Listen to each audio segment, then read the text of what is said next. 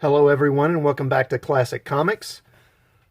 This time I thought I'd take a look at the new X-Men comics, House of X, Powers of X.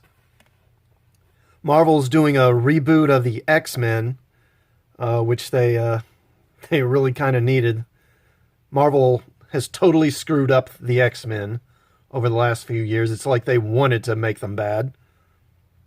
But they're doing a kind of quasi-reboot written by Jonathan Hickman with art by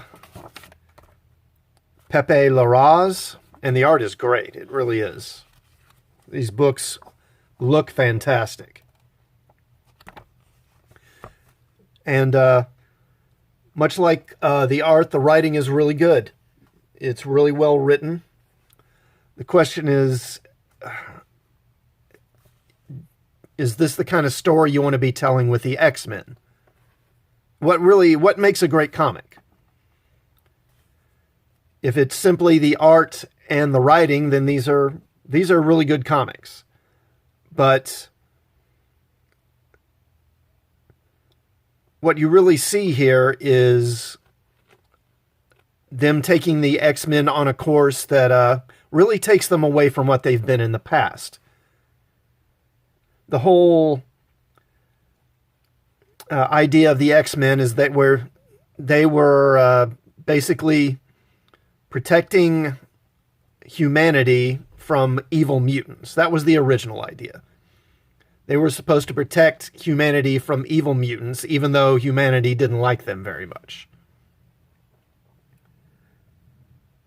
What we're getting here now is the X-Men becoming separatists and isolationists, and basically secluding themselves on an island and cutting themselves off from the rest of the world to an extent. Not completely, but quite a bit. These books, as I say, they look great, but there's not a whole lot of action. There's a lot of exposition, a lot of setup, and it's well done, but again, not a lot of action, not much in the way of thrills. They're very indicative of the way comics are made now, where there tends to be a lot of talking, a lot of discussion, and not so much in the way of action.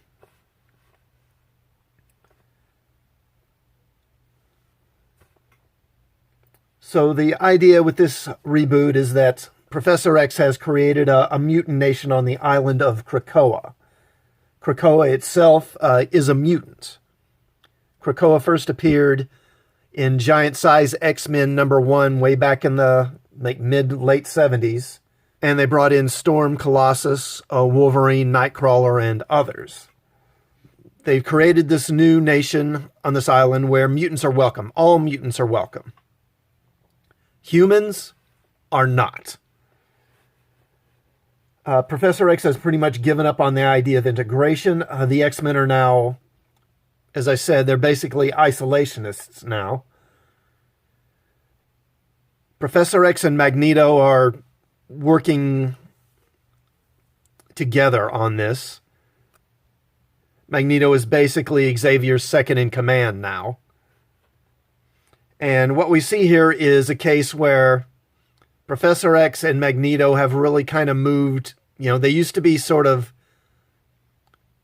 diametrically opposed. They were both sort of at opposite ends of a certain sort of view of society. And what we see here is they've both sort of moved inward towards each other. Although it seems to me like Professor X has moved a lot closer to Magneto, really. Now, they've done this because of the influence of Moira McTaggart. So Moira was first introduced in the X-Men back in the late 70s, early 80s, during the Claremont Byrne era. She was a genetic researcher from Scotland who had some kind of history with Charles Xavier. They suggested, or it was kind of suggested, that they had some sort of may have had a affair or something going on at one time. Now, what we learn here is that Moira herself is actually a mutant. Moira's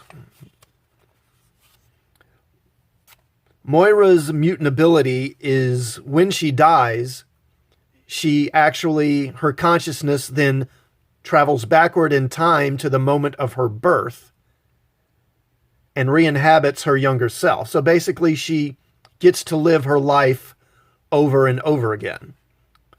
I believe they say in here that she's actually lived about 10 lives at this point. Now, in these multiple lives that she's lived over and over, she's gone through some changes personally. Originally, again, she was a genetic researcher just trying to learn more about mutants. But then she died and then lived her life over. And then in each subsequent lifetime, she's become more and more fervent in defending the cause of mutants. Originally, she shared Charles's ideas of harmony and integration with mankind, but as she lived her life over and over again, she saw that things always end badly for mutants. It always ends up in the kind of Days of Future Past scenario.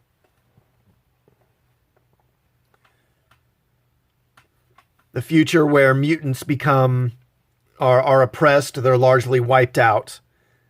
And as she experienced this over subsequent lifetimes, she became increasingly extremist in her views, eventually getting to the point where she even was working with Apocalypse. But even that doesn't work. So finally, she convinces Charles and Magneto both that this path to separate themselves, to live separately apart from humans, is really the best course of action. Now, one of the things that kind of I don't care for much in these new books is that not only are they living separately, but the X-Men and the mutants in general have just really kind of become, I don't know, kind of cult-like. Like they have these scenes where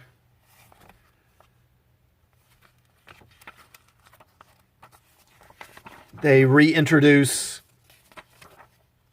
Cyclops and Jean and some others to all the mutants on Krakoa, and it's just a real weird scene. Storm seems to function almost like some kind of a high priestess. Now, I mean, you can argue that these characters needed some sort of a change. They needed a change in their status quo. And they did. But how much can you change the characters until really you get away from the original idea so much that they're not really the same characters anymore? Until you can only bend characters so far until you actually break them. So yeah, my feelings on this are definitely mixed. Again, from a technical point of view, these comics are very well done, well written. The art is great. You know, the colors are fantastic. I mean, these books look great. They really do. But again, the change, the new direction they're taking the characters, to me is kind of troubling.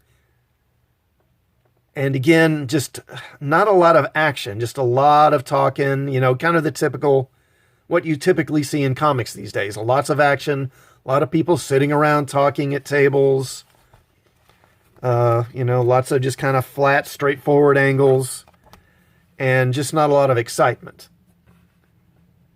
So that's my view on it. So how about you? How do you guys feel about these comics? Have you read these comics? Do you like the new direction that Marvel is taking the X-Men?